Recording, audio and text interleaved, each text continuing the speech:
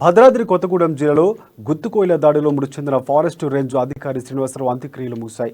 మంత్రులు ఇంద్రకరణ్ రెడ్డి, పువ్వాడ అజయ్ కుమార్లు శ్రీనివాసరావు అంత్యక్రియలో పాల్గొన్నారు. ఇక శ్రీనివాసరావుకు నివాళులర్పించి ఆయనకు పాడమోశారు. అంతకుముందు వారు కుటుంబ సభ్యులతో మాట్లాడి ధైర్యం చెప్పారు. ప్రభుత్వం అన్ని విధాలుగా అండగా ఉంటుందంటూ భరోసానిచ్చారు. ప్రభుత్వ అధికారులపై దాడులు ఎట్టి పరిస్థితుల్లోనూ సహించేది లేదని మంత్రులు స్పష్టం చేశారు. శ్రీనివాసరావుపై దాడికి పాల్పడి హత్య చేసిన వారిని తప్పక శిక్షిస్తామన్నారు. ప్రభుత్వం ఈ ఘటనను చాలా సీరియస్గా తీసుకుందన్నారు. సీఎం కేసీఆర్ ఆదేశాల మేరకు ప్రభుత్వం 50 లక్షల ఎక్స్గ్రేషియా, కుటుంబంలో ఒకరికి ప్రభుత్వ ఉద్యోగం, ఇతర బెనిఫిట్స్ కల్పిస్తూ జీవో విడుదల చేసిందని తెలిపారు.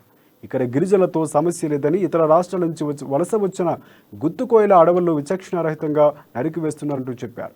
అడవులు నరికినట్లు తమ అధికారులను కూడా నరుకుతాం, దాడులు చేస్తామంటే ఊరుకునేది లేదని హెచ్చరించారు.